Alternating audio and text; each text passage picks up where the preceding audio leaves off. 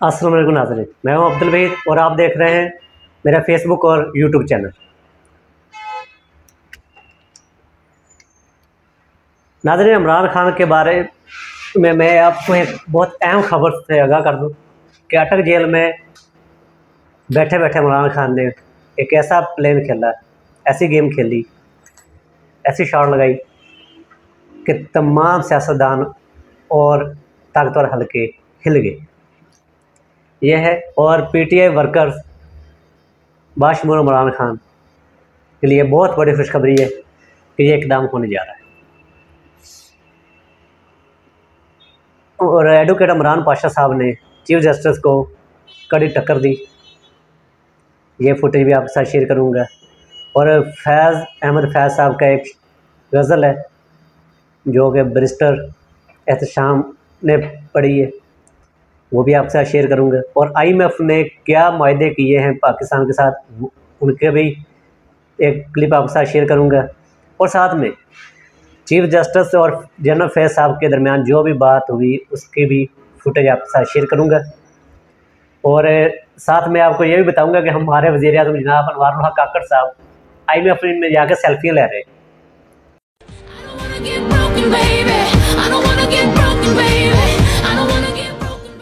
جیسا جاہل انسان بھی جا کے نہیں کرتا، تم ملک کے 25 کروڑ عوام کو ریپرزینٹ کر رہا ہے، ملک کو ریپرزینٹ کر رہا ہے، اور تم وہاں پہ جا کے یہ حرکتیں کر رہا ہے، سیلفیاں لے رہا ہے، اور خود کا تیرا آئی ایم ایف میں سیلفیاں لے رہا ہے وہاں پہ جا کے اقوام متحدہ میں، اور یہاں نیب میں تیرے خلاف کیس دائر ہے کرپشن کا۔ بھائی تو کرپٹ انسان ہے، اور تو وزیر اعظم پاکستان ہے اس وقت، تجھے طاقتور حلقوں نے وزیر اعظم پاکستان بنا دی ہے، اور تجھے اتنی عقل نہیں ہے کہ تو وزیر اعظم پاکستان ہو کر وہاں پہ لڑکی کو ہاتھ پکڑ کے اس کا ہاتھ چھوڑنے کی کوشش نہیں کر رہا، چھوڑ نہیں رہا تو اس کا ہاتھ، وہ ہاتھ چھڑانے کی کوشش کرے تو پکڑے ہوئے دونوں ہاتھوں سے، اور اس کے بعد اقوام متحدہ میں جا کر تو سیلفی لے رہا ہے۔ کچھ شرم ہوتی ہے، کوئی حیا ہوتی ہے یار۔ 25 کروڑ عوام کا مذاق پہلے شہباز شریف نے کم بنایا تھا جو تو نے آگے کام کر دیے۔ کچھ خدا خوفی کرو یار، ملک پر رحم کرو۔ آپ نے جس بندے کو اس ملک پہ مسلط کیا ہے بطور نگران وزیر اعظم، اس کا ویژن یہ ہے کہ وہ اقوام متحدہ میں جا کے صرف اپنی سیلفی بنانے گیا ہے۔ آئین کے ساتھ وفاداری کا حلف اپنی بیگم کو ساتھ کھڑا کر کے آپ نے 5 دن پہلے لیا ہے، تو جو آئین توڑ رہا ہے، خدا را اس حلف کی پاسداری کے لیے اپنی بیگم سے پوچھ کے ہی عمل کرنا شروع کر دیں۔ اللہ الرحمن الرحیم، الحمدللہ رب العالمین، الصلاۃ والسلام علیکہ یا سید البشر یا خاتم النبیین و آل محمد۔ 2 یوم قبل میاں عباد فاروق کا بیٹا عمار فاروق اس دار فانی سے اس حالت میں رخصت ہوا کہ اس کے باپ، ماں اور دادی کی گرفتاری کے لیے گھر پر جا بجا پولیس ریڈ کیے گئے، اور خوف کی وجہ سے عماد فاروق کمسن بچہ اپنا دماغی توازن کھو بیٹھا۔ دوران علاج باپ میاں عباد فاروق کو بچے سے نہ ملنے دیا گیا۔ اس کمسن بچے کی وفات ایک قومی سانحہ ہے۔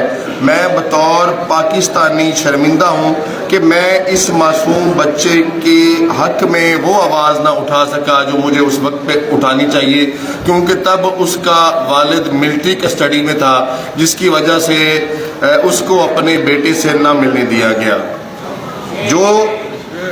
جو ریاستی جبر اس ملک کی عوام کے ساتھ روا رکھا جا رہا ہے وہ غیر آئینی اقدام ہے اور انسانی بنیادی حقوق کی شدید خلاف ورزی ہے۔ میں اس ایوان کے توسط سے مطالبہ کرتا ہوں کہ ریاستی جبر اور انسانی حقوق کی خلاف ورزی فوراً بند کی جائے۔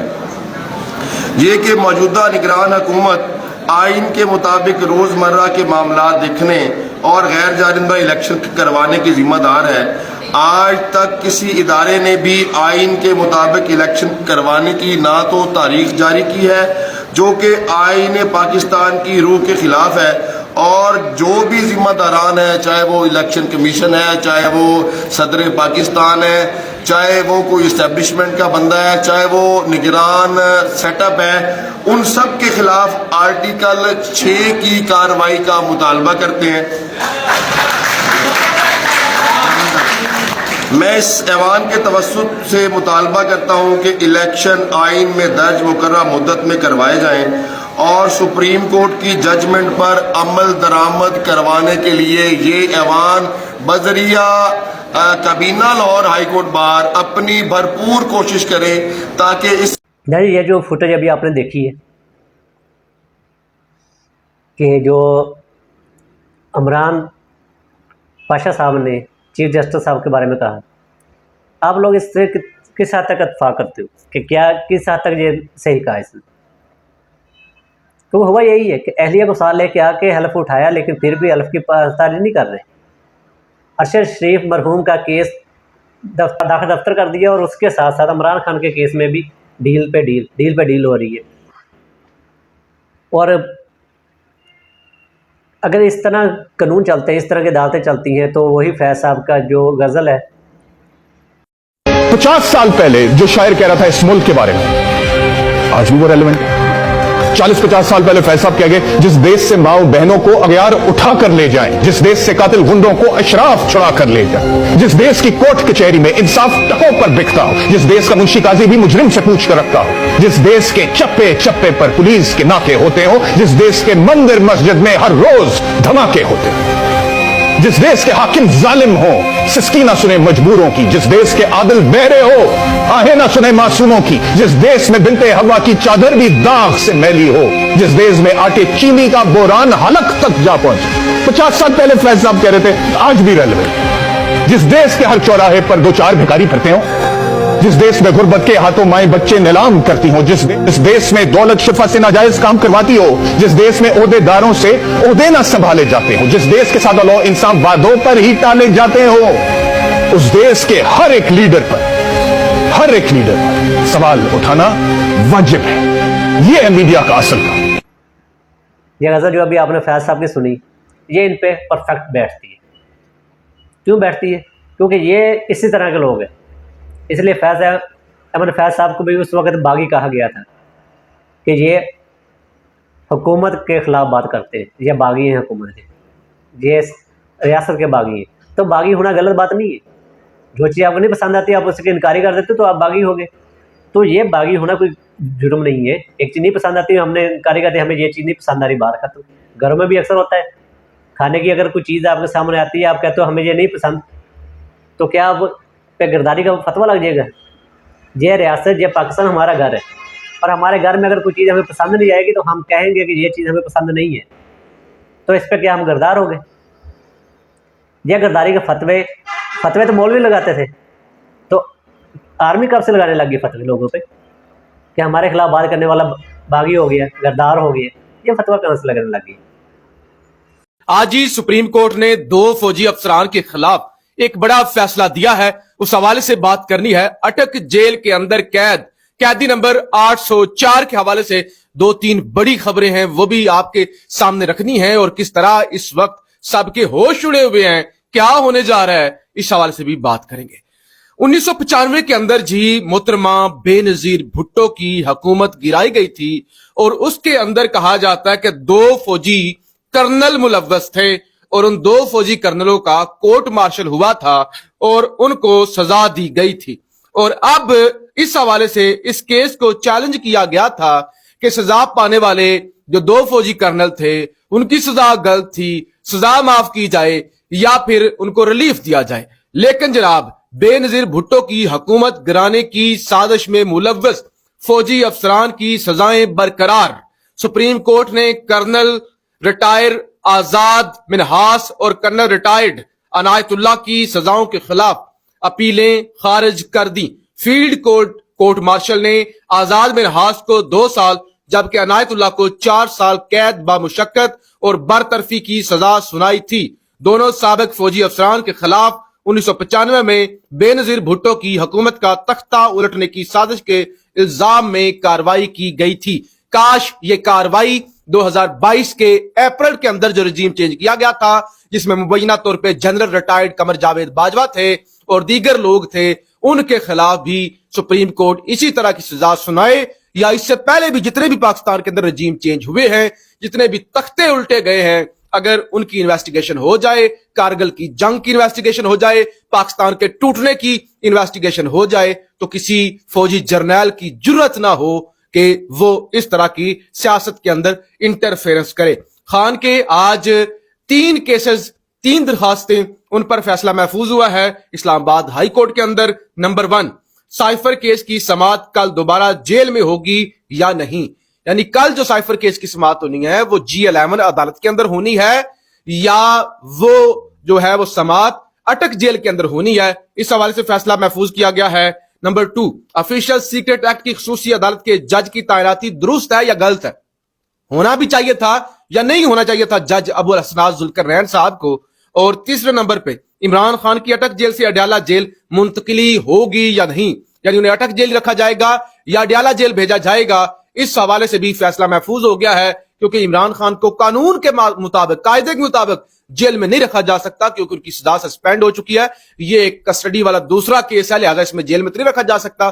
لیکن جب پچھلے کیس کے اندر, جو کہ یہ آپ کا کیس تھا توشہ خانہ فوجداری, اس کے اندر اٹک جیل کے اندر لے کے گئے تھے, اس وقت بھی درخواست کی گئی تھی کہ عمران خان کی جیل تبدیل کی جائے کیونکہ اس کے اندر سہولیات نہیں ہیں, تو لہٰذا اب اس پر بھی فیصلہ ہو چکا ہے محفوظ.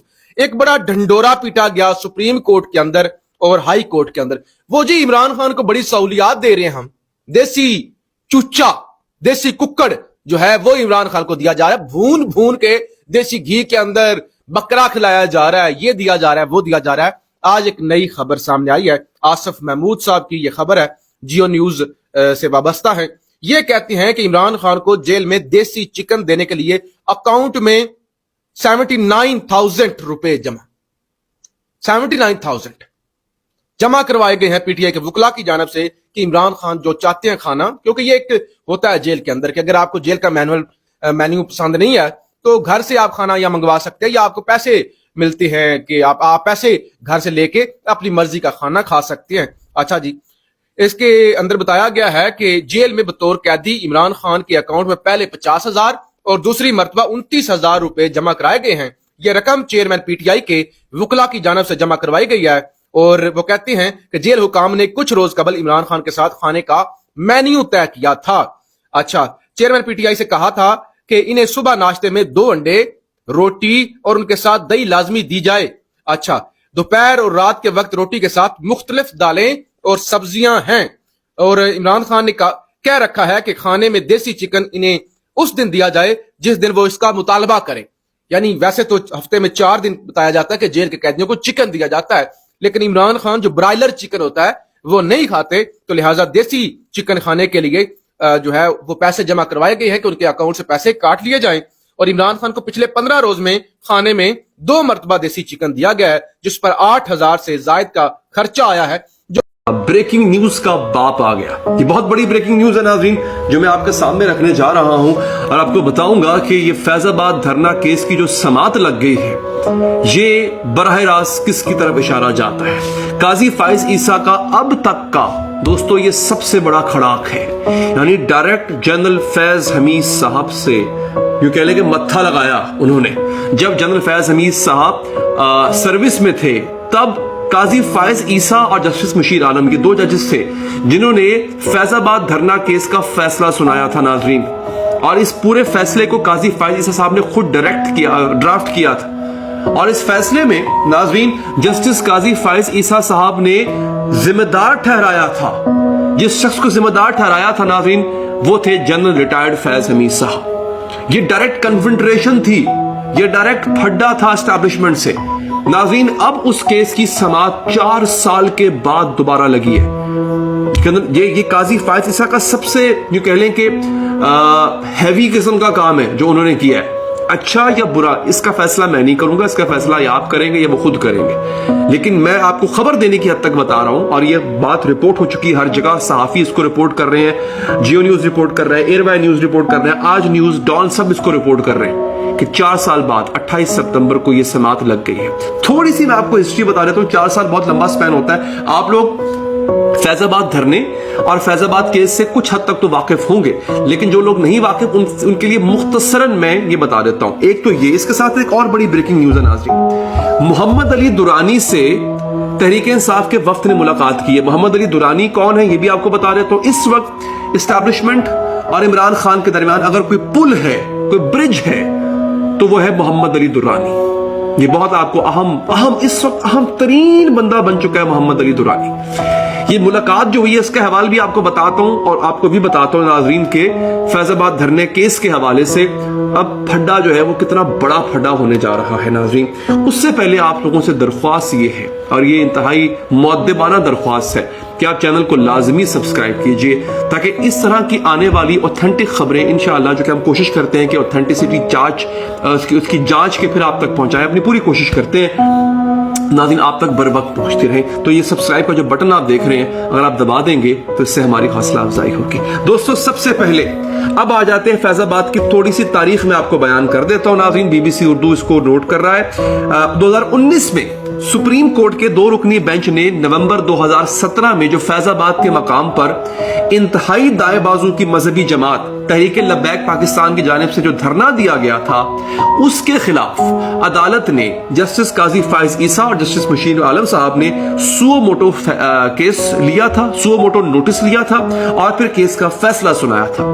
حکم کیا دیا تھا اس فیصلے میں عدالت نے, جسٹس قاضی فائز عیسیٰ نے, انہوں نے کہا تھا کہ حکومت کو حکم دیتے ہیں کہ وہ ایسے فوجی اہلکاروں کے خلاف کارروائی کرے جنہوں نے اپنے حلف کی خلاف ورزی کرتے ہوئے سیاسی سرگرمیوں میں حصہ لیا. اس کی وجہ کیا تھی آپ کو شاید یاد ہوگا کہ ویژول سے بڑے مشہور ہوئے تھے, بڑے وائرل ہوئے تھے ناظرین. فوجی وردی میں ایک افسر ہیں جو کہ فیض آباد کے شرکاء کو, فیض آباد دھرنے کے شرکاء کو کچھ پیسے بانٹ رہے تھے اور کہہ رہے تھے کہ آپ ہمارے اپنے ہی لوگ ہیں, آپ چلے جائیں. اب دیکھیں اس کے اوپر جو ہے 2 قسم کی آراء پائی جاتی تھی. اس کے حق میں جو رائے پائی جاتی تھی وہ یہ تھی کہ بیسیکلی فوج نے اپنا کردار نبھایا اس دھرنے کو ختم کرنے کے لیے, یعنی سچویشن کو ڈیفیوز کیا. کیسے؟ پیسے اس وجہ سے, پیسے اس لیے نہیں دیے کہ ان سے کوئی کام لیا گیا تھا, اس کے عوض ان کو اجرت دی گئی تھی, نہیں ایسا نہیں تھا. وہ یہ کہا جاتا ہے کہ جناب یہ پیسے ان کو واپسی کا کرایہ دیا گیا تھا. اگر آپ نوٹ بھی کریں ویسے تو فیض آباد دھرنے میں علامہ خادم حسین رضوی صاحب اس وقت ان دنوں حیات تھے جب, تو ان کی قیادت میں جو دھرنا یہاں پہ آیا تھا اس میں سے کئی لوگ ایسے بھی تھے جو اپنے تئیں آئے تھے جن کے پاس واپس جانے کا خرچہ کرایہ تک نہیں تھا. تو یہ آرمی نے یا یوں کہہ لیں کہ ان افسر صاحب نے اپنے تئیں یہ کوشش کی تھی کہ یار چلو اللہ اللہ کر کے یہ جا تو رہے ہیں, واپس جائیں تاکہ یہ فیض آباد کا علاقہ کلیئر ہو, یہاں پہ جو بھی انتشار جو بھی کچھ ہوا وہ مزید نہ پھیلے. تو انہوں نے اپنی طرف سے یہ کوشش کی تھی کہ ان کو پیسے دیے جائیں تاکہ یہ کرایہ کر کے گھر چلے جائیں اپنے. یہ ایک دلیل یہ دی جاتی ہے, جبکہ اس کے برعکس جو ہے جو اس کے مخالفین ہیں وہ اس کے برعکس دلیل دیتے ہیں. البتہ ناظرین یہ فیصلہ آ گیا. اب اس کو جو ہے وہ اس کا ایک حصہ اس فیصلے کا میں آپ کے سامنے رکھ دیتا ہوں. اس کو thenews.com کی یہ خبر جو ہے وہ میں کوٹ کر رہا ہوں, اور فیصلے میں جو ہے وہ لکھتے ہیں کہ to best ensure transparency and the rule of law, it would be appropriate to enact laws which clearly stipulate the respective mandates of the intelligence agencies. The Constitution emphatically prohibits members of the armed forces from engaging in any kind of political activity. یعنی آئین جو ہے وہ وردی والوں کو, armed forces کو روکتا ہے کہ وہ کسی بھی قسم کی سیاسی سرگرمی میں حصہ نہ لے. یہ فیصلے کا حصہ تھا. پھر کیا ہوا؟ پھر ناظرین یہ ہوا کہ اس وقت کی حکومت, اس وقت کے ادارے, وزارت دفاع, سابق حکمران سابق وزیر اعظم عمران خان صاحب, MQM شیخ رشید, ان کے علاوہ انٹیلیجنس بیورو IB جو ہے, انہوں نے اس فیصلے کے خلاف سپریم کورٹ میں ہی نظر ثانی اپیل دائر کر دی. وہ نظر ثانی اپیل 4 سال تک سماعت کے لیے لگی نہیں. اب جا کے قاضی فائز عیسیٰ نے, چونکہ انہوں نے ہی فیصلہ دیا تھا, انہی کے فیصلے کے خلاف نظر ثانی اپیل کی گئی, تو انہوں نے ہی یہ اپیل جو ہے لگائی ہے. یہ اپیل جو ہے وہ آصف سعید کھوسا صاحب, جسٹس گلزار احمد اور سابق جسٹس عمرتا بندیال کے دور میں یہ سماعت کے لیے نہیں لگی, بالکل نہیں لگی ناظرین. اب کہا جا رہا ہے کہ اس کو جو ہے وہ جسٹس قاضی فائز عیسیٰ, جسٹس اطہر من اللہ اور جسٹس امین الدین خان اس بینچ میں شامل ہوں گے جو یہ اپیل سنیں گے. اب مجھے قانون تو اتنا نہیں پتا کہ کیا جس سپریم کورٹ کے جس بینچ نے فیصلہ دیا ہو, اگر نظر ثانی اپیل کی جاتی ہے تو اسی بینچ کا کوئی ممبر جج ریویو پٹیشن کے اندر یا اپیل کے اندر بیٹھ سکتا ہے کہ نہیں بیٹھ سکتا. یہ ایک سوال ہے, اگر کوئی لیگل ایکسپرٹ نیچے کامنٹ میں بتا دے گا تو میرے لیے آسانی ہو جائے گی ناظرین. یہ صورتحال ہے.